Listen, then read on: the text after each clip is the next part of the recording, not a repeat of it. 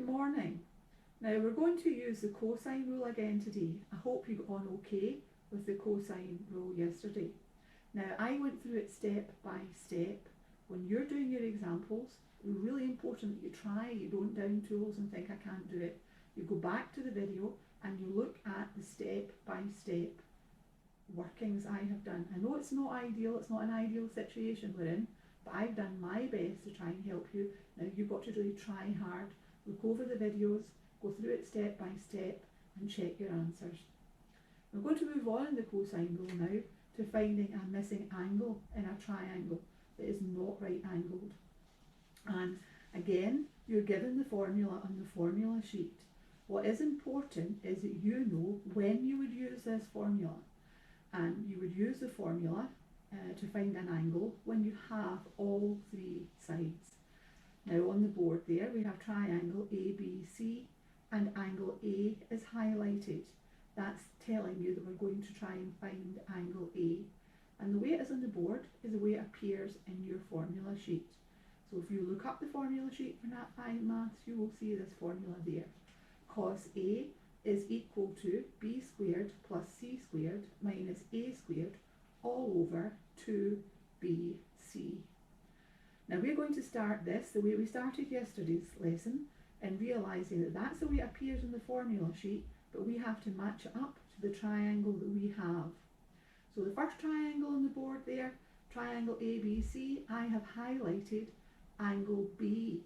So we wouldn't use cos A equals b squared plus c squared minus a squared over 2bc. But let's again look at the pattern. Cos A is equal to b squared plus c squared, the other two letters, minus a squared, all over 2bc. So let's apply that to this triangle here. We're asked to find angle B. So this time we would want to start with cos B is equal to the other two sides, a squared plus c squared minus b squared all over 2 times ac, all over 2ac. So although the formula appears cos A equals b squared plus c squared minus a squared over 2bc, we would write it like that for our triangle. Now again, if we have triangle ABC, let's write our sides in. That would be side A, that would be side B, and this is side C. Here we have all three sides and we're being asked to find angle C. So we would write the cos of C is equal to the other two sides squared, a squared plus b squared minus c squared all over 2 times ab. Now again, not all triangles are ABC, so let's look at another couple, triangle RST. And this time we're being asked to work out angle R. So let's put our sides in. This would be R, this would be S, and this would be T. And again, to use this to find an angle, you would have to have all three sides. We're being asked to work out R, so it would be the cos of R is equal to, now the other two sides, doesn't matter the order, S squared plus T squared minus R squared all over 2 times st. That would be the formula there. And the last one, triangle EFG. Again, let's label our sides, E, F and G. And we're being asked to work out angle G. So our formula here would be the cos of G is equal to the other two sides squared, E squared plus F squared minus G squared all over 2EF. So that's the first thing, being able to write it in for the form of the triangle that you have. Okay, let's work through some examples together. Number 1, find angle BAC. Now I hope you remember BAC, the angle's in the middle here, BAC. So what we're being asked to work out is this angle here, angle BAC. So we're being asked to work out angle A. So this is exactly the way it would appear in the sheet, this one. This is the cos of A is equal to, and again let's label these sides, that's A, that's C, and that's B. So the cos of A is equal to the other two sides squared, B squared plus C squared minus A squared all over 2BC. So that's our formula. The next thing is just to put in our values for A, B and C. So the cos of A is equal to B squared, so 30 squared, plus C squared, 20 squared, minus A squared, 15 squared, all over 2 times 30 times 20. Now it's really important here that you put this into your calculator correctly, and I want you to lift your calculator and do this with me, and I'm going to suggest here that we put brackets around the top and the bottom. If you just entered it into your calculator there, it wouldn't give you the right answer for a lot of your calculators. Now this is where it's difficult. If we were doing something like this in the classroom, I would be going around all your different calculators to check that you could do it, and you'd be saying, Miss, I've not got that answer, and I could look at it with you individually. Can't do that here. So let's pop brackets around it, and you experiment with your calculator and check that you're getting the same answer. So if we do that, you would open your bracket, 30 squared plus 20 squared minus 15 squared, close your bracket, divided by, open another bracket, 2 times 30 times 20, and close your bracket and press the equals button. And this is what you should get. Now it's really important that you try this in your calculator to check that you have got the same answer as me and you're entering your information correctly. Okay, so that's what you should get. I want you to check it and remember to put these brackets in. Now that's the cos of A. To get the angle A, it would be the inverse cos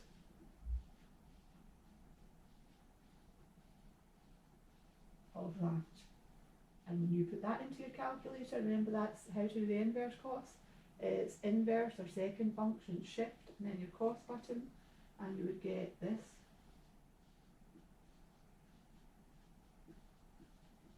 Now, that exercise asks you to give your answer to 3 significant figures. First significant figure, second significant figure, third significant figure, fourth. So you want 3 significant figures. Really, it's the same here as rounding to 1 decimal place. So 26.4 degrees would be your answer for A. So that's it. Now, let's go through question 2 in the same way. Our triangle is X, Y, and X, Y, Z. We are asked this time, calculate the smallest angle. Where would you find the smallest angle? Well, it would be opposite the smallest side. Largest angle, opposite the largest side. The middle-sized angle, opposite the middle length in the triangle.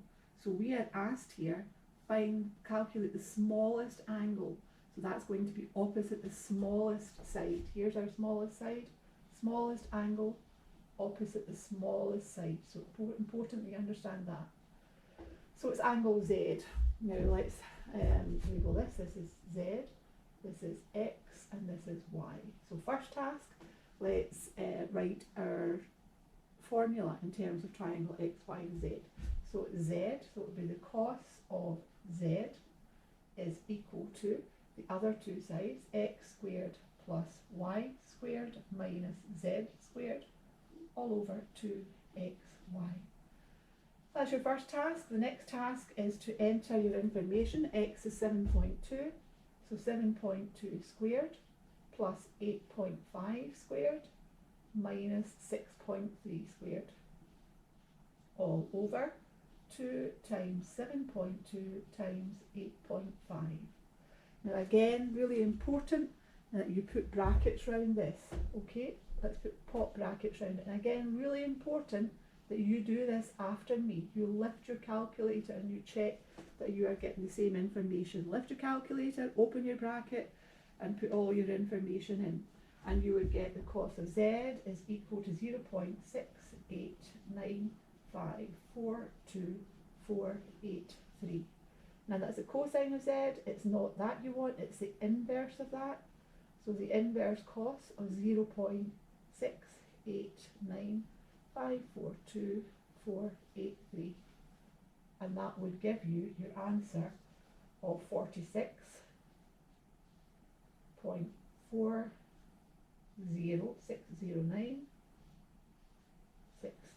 1. Now again, your book asks you to give your answer to 3 significant figures, first, second, third, so it would be 46.4 degrees. And that's your answer there to Z. One more together to work through together. Calculate angle RPQ. Now angle RPQ up here. This is the angle we're trying to work out, so it's P. So first task, write it in terms of your triangle PQR. So the cos of P, now that's P there, opposite that's R and that's Q. So the cos of P is equal to R squared plus Q squared minus P squared all over 2RQ. So again, first of all, you've got to substitute these in. That would be 190 squared plus Q squared, 160 squared, minus P squared minus 260 squared, all over 2 times 190 times 160. Same story, because I can't come round and check your calculators, you experiment with yours, but this will work for everybody's calculator. If you've got a bracket around these, then remember how you're entering it. Open a bracket, 190 squared plus 160 squared minus 260 squared, close your bracket, divided by, open a bracket, 2 times 190 times 160, close your bracket, equals. And this is what you should get for your answer. If you enter that exactly as I have, you will get this: negative 0.097039,473. Now in class people always say, Miss, I've made a mistake, I've got a negative. But that's not a mistake, that's just indicating to you it's an obtuse angle. So no mistake there at all. What you would do here is exactly the same. That's the cosine of P. P is equal to the inverse cos of negative 0.097039,473. And if you put that into your calculator, you would get P is equal to 95.6. That's me rounded it, so let me just give you it before it's rounded. 95.568. 7155. So if you check these in your calculator, again it's asking for 3 significant figures. So this time it's going to be rounded up, first, second, third significant figure, so 95.6 degrees. 95.6 degrees. Now it's really important you lift your calculator and you check that you can get all of these answers. Like I said, don't down tools. If you find it difficult, you go through it again and again. And the good thing is you can play the video again and again. Really important in these difficult circumstances that you're trying your best. And I know most of you are. I just want to encourage you to keep going. Okay? Now the exercise I would like you to do, page 84, exercise 8.6. Check your own answers as usual, and if there's anything I can help you with or anything, then we'll sort it out on the chat. And there will be a quiz that will follow at the end of the week that will let me know how you are doing. Keep up the good work. Thank you very much.